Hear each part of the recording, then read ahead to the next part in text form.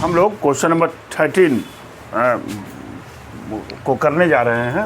Exercise 10.3 कह रहा है find the coordinate of the foot of the perpendicular. देखिए ये मान लीजिए हमने एक एक्सिस बनाया, बताया भी कि जब रफली डायग्राम हम किसी चीज़ का बना लेते हैं तो हमारा कॉन्सेप्शन बिल्कुल क्लियर हो जाता है, ठीक है ना। Find the coordinate of the foot of the perpendicular from the point इतना टू द लाइन इतना। मान लीजिए ये कोई लाइन है, ऐसे कोई लाइन है, इस लाइन का इक्वेशन ये दे रखे हैं 3x माइनस 4y माइनस 16। हो गया ना। और इसी पर एक परपेंडिकुलर है, ऐसे क्या है, एक परपेंडिकुलर है। कह रहा है इस पॉइंट का कोऑर्डिनेट क्या होगा, लोकेशन पूछ रहा है ना। और क्या कह रहा है, find the coordinate of the foot of the perpendicular. ये परपेंडिकुलर का फुट है, पैर है, फ्रॉम द पॉइंट इतना, जहाँ से कहाँ से आ रहा है, ये -1,3 से आ रहा है। ये बात तो समझ पा रहे हैं। देखिए ऐसे क्वेश्चंस को लगाते समय आप देखिए दो लाइनों का, एक लाइन ये है, एक लाइन ये है, दोनों लाइनों का ये क्या है, ये पॉइंट ऑफ इंटरसेक्शन है, पॉइंट ऑफ इंटरसेक्शन है। इस लाइन का इक्वेशन तो मालूम ही आपको, इस लाइन का इक्वेशन हम निकाल करके जब दोनों को सॉल्व करेंगे तो जो x और y की वैल्यू आएगी यही इसका कोऑर्डिनेट होगा। बात तो समझ पा रहे हैं। तो देखिए अच्छा मैं क्या कर रहा हूँ, पहले इस लाइन को लिखा मैंने, ये लाइन देखिए ध्यान दीजिएगा, 3x minus 4y minus 16 equal to 0। 4y को उधर कर दीजिए, 4y equal to 3x minus 16। y की वैल्यू क्या मिल जाएगी, 3/4x माइनस 16/4, यानी y इक्वल टू मिल जाएगा 3/4x माइनस क्या 4। क्यों? और जब इसकी तुलना हमने किया किससे, y equal to mx plus c से, तो m की वैल्यू क्या मिल गई, 3/4 मिल गई ना। अच्छा मान लीजिए इस लाइन का जो ग्रेडियंट है वो क्या है, m2 है। अच्छा दोनों लाइनें एक दूसरे पर क्या हैं, परपेंडिकुलर हैं, तो m1 into m2 equal to क्या हो जाएगा, -1। m1 की वैल्यू क्या है, 3/4, m2 इक्वल टू -1। m2 की वैल्यू मिल जाएगी -4/3, ये मिल गई। अब देखिए इस लाइन की स्लोप भी आ गई और एक पॉइंट भी है, तो पॉइंट स्लोप फॉर्म लगा देंगे। क्यों, आइए पॉइंट स्लोप फॉर्म से देखिए, पॉइंट स्लोप फॉर्म क्या हो जाएगा भाई, y माइनस y1 का मतलब 3 इक्वल टू m की वैल्यू -4/3 x प्लस 1। हो गया कि नहीं। अब यहाँ से y माइनस 3 इक्वल टू, नहीं 3 का मल्टीप्लाई करिए, मिलेगा 3y minus 9 equal to -4x और -4। क्यों जी, अच्छा इसको इधर लाइए, 4x plus 3y minus 5 equal to 0। ये आपका इस इक्वेशन को 1 मान लीजिए और इस इक्वेशन को 2 मान लीजिए। देखिए दोनों लाइनों का क्या है, इक्वेशन आ चुका है, दोनों लाइनों को हम सॉल्व कर देते हैं, जो x और y की वैल्यू आएगी वही इस पॉइंट ऑफ इंटरसेक्शन का कोऑर्डिनेट होगा। तो लिखते हैं, देखिए from equation first and second से, हर्षिता लिखा मैंने 3x minus 4y equal to 16, equation 1। और इधर क्या लिखा, 4x प्लस 3y बराबर क्या 5, इक्वेशन क्या हो गया सेकेंड। ठीक है, इसमें क्या करें, 4 का मल्टीप्लाई कर दीजिए, 12x माइनस 16y बराबर 64। क्यों जी, और इसमें 3 का मल्टीप्लाई कर दीजिए, 12x plus 9y equal to 15। हो गया कि नहीं। अब आप यहाँ माइनस, यहाँ माइनस, यहाँ क्या माइनस, ये तो कट जाएगा। 16 9 25 माइनस 25y इक्वल टू, घटा दीजिए, ये 14 में से 5 गया 9, और यहाँ कितना बचा 4। तो यहाँ से y की वैल्यू क्या मिल जाएगी, -49/25। एक पॉइंट आपको मिल चुका है ना। दूसरे की बात करते हैं। दूसरे की बात करने से अच्छा है कि आप क्या करें, वैल्यू उठा के रख दीजिए, अथवा एक बार y को काट दीजिए। क्या करना है, क्यों, मैं इसको हटाता हूँ इस डायग्राम को यहाँ से। देखिए क्या करिए आप, ये इक्वेशन था ना, इसको बराबर कर लीजिए x निकालने के लिए। तो किसका मल्टीप्लाई करेंगे, 3 का। क्या हो जाएगा, 9x माइनस क्या 12y इक्वल टू कितना 48। 3 का मल्टीप्लाई किया हो ना, इसमें किसका मल्टीप्लाई करिए 4 का। तो कितना हो जाएगा 16x plus 12y equal to कितना हो जाएगा भाई 20। बोल नहीं रहे हैं, 20 हो गया। ये देखिए, ये तो जोड़ने पर कर दीजिए, ये दोनों क्या हुआ, कट गया। यहाँ कितना हुआ 25x बराबर 68, x इक्वल टू 68/25। तो लिखेंगे द कोऑर्डिनेट ऑफ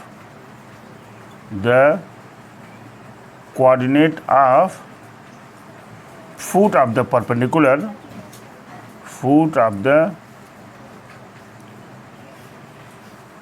परपेंडिकुलर ये हो जाएगा आपका 68/25 कामा -49/25।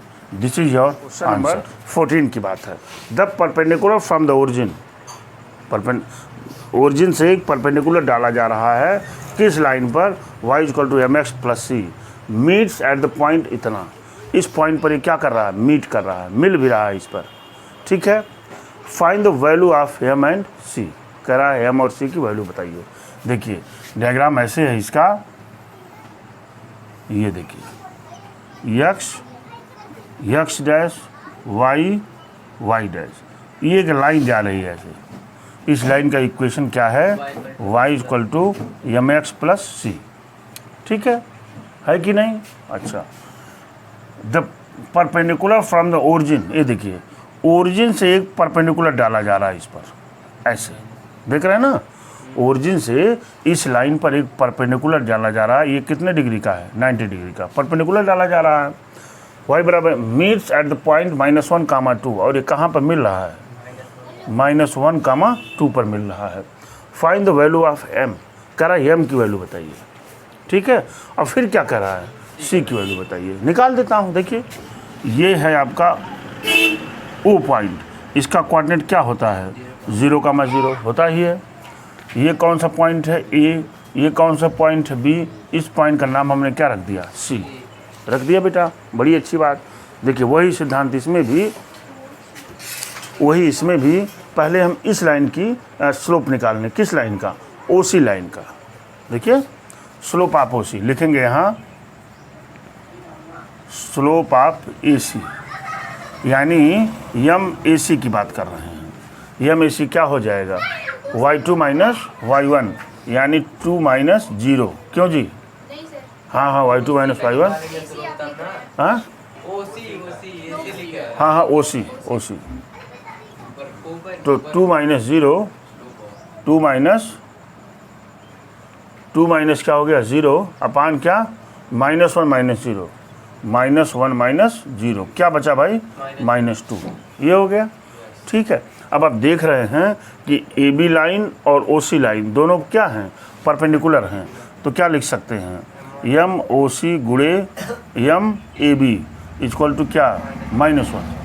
बोली भाई, तो यहाँ से OC की वैल्यू क्या है, OC की वैल्यू है -2 इंटू MAB इक्वल टू क्या है -1, माइनस प्लस, यानी MAB इक्वल टू क्या हो जाएगा 1/2। MAB का मतलब इस लाइन का स्लोप क्या है 1/2, यानी m की वैल्यू क्या होगी 1/2, वही तो होगी, यानी m इक्वल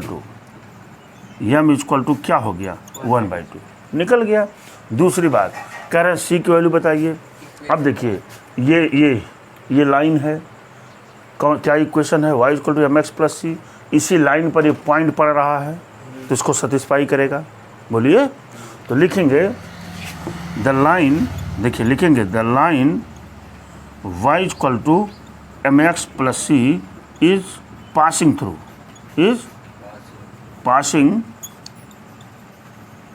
थ्रू किस पॉइंट से जा रहा है? हाँ, पॉइंट -1, 2 से पास कर रहा है।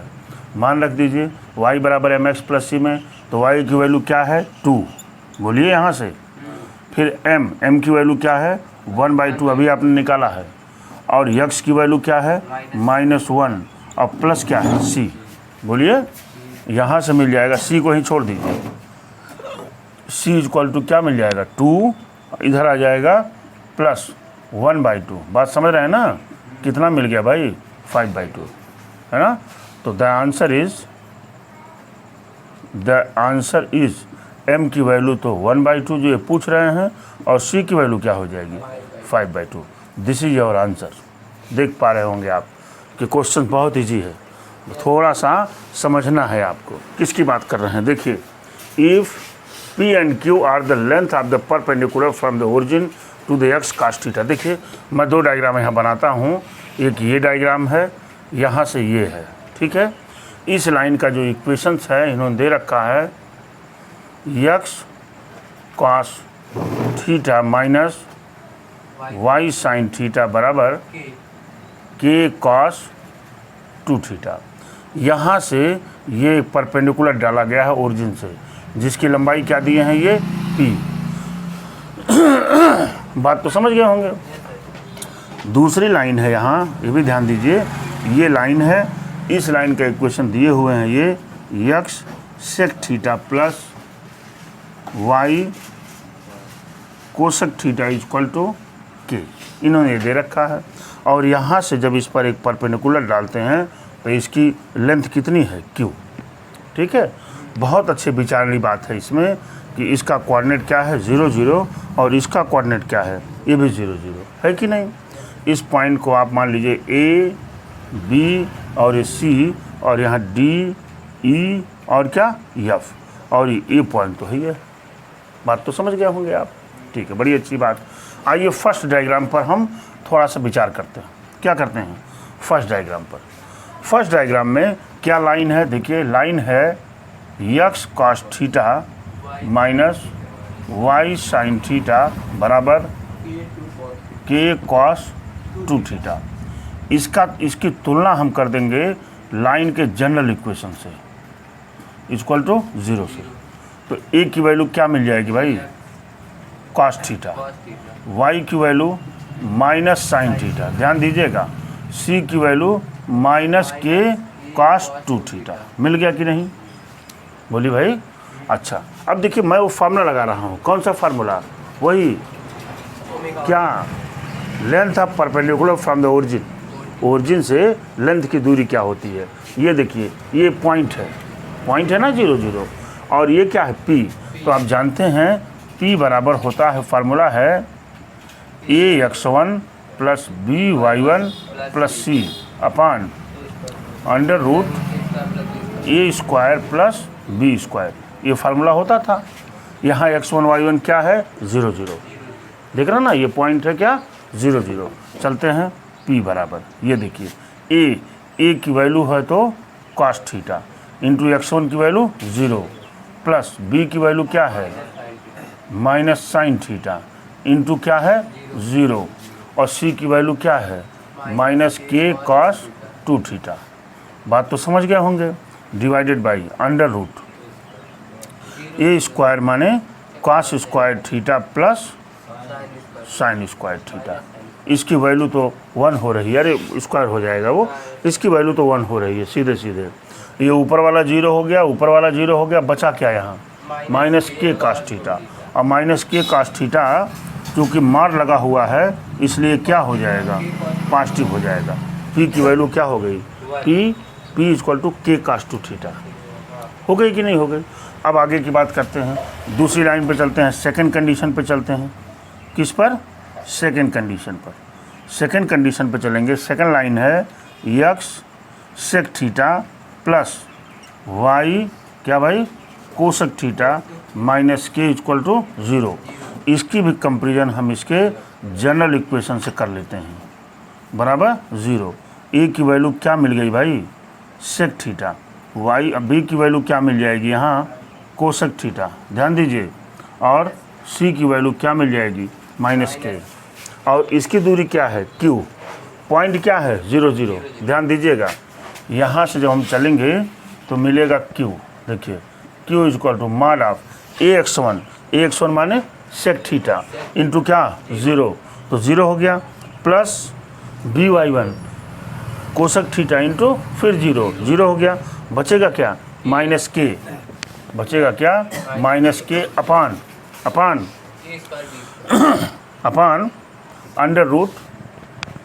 अंडर रूट क्या, sec square theta plus cosec square theta. ये किसके बराबर होता है पता नहीं, यही रखते हैं हम, ये हो जाएगा के बराबर। यानी ये देखिए यहाँ मॉडुलस लगा हुआ है ना, तो सीधे सीधे क्या हो जाएगा, प्लस के अपान अंडर रूट क्या भाई, sec square theta plus cosec square theta.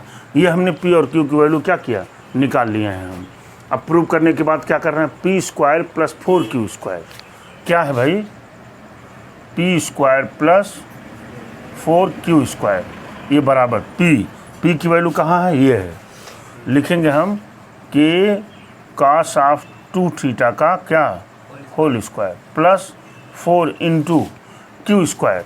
देखिए क्यू स्क्वायर जब लिखेंगे हम तो के स्क्वायर होगा और इधर से रूट गायब हो जाएगा, क्यों, तो लिख देंगे 4 k square upon sec square theta plus cosec square theta. इन्हीं दोनों को सॉल्व करके देखना है क्या के स्क्वायर के इक्वल आ रहा है कि नहीं आ रहा है।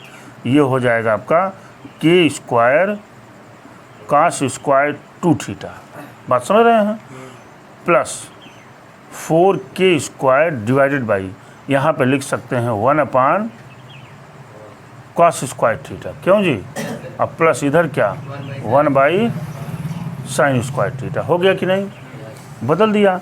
ये हो जाएगा K square cos square 2 theta plus 4k square upon लघुत्तम कितना हुआ, cos square theta into sine square theta.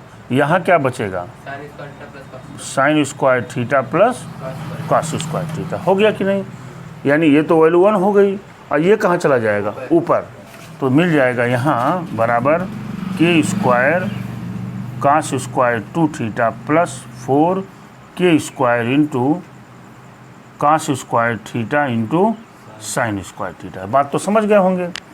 यहाँ के स्क्वायर कॉमन ले लीजिए, ले लिया हमने, क्या बचेगा, कॉस स्क्वायर 2 थीटा प्लस, देखिए 4 है और ये है, इसको लिख सकते हैं 2 sine theta into cos theta का होल स्क्वायर। होगा कि नहीं, हो जाएगा। अच्छा, बहुत अच्छी बात। के स्क्वायर यहाँ पर हो जाएगा कॉस स्क्वायर 2 थीटा प्लस, ये किसका फार्मूला है, ये साइन स्क्वायर 2 थीटा का फार्मूला है, और cos square theta plus sine square theta equal to 1। देखिए के स्क्वायर आ गया। बात समझ पाए होंगे आप, देख पा रहे हैं ना, कितना बढ़िया एक क्वेश्चन है। थोड़ा सा आपको आइडिया लगाना है और तुरंत क्वेश्चन को सॉल्व कर देना है। बिल्कुल बता तो रहा हूँ आपसे कि यदि आप इसको अच्छे से सीखेंगे, है ना, तो एकदम हर एक क्वेश्चन आपको लग जाएगा, परीक्षा में एक भी क्वेश्चन गलत नहीं होगा।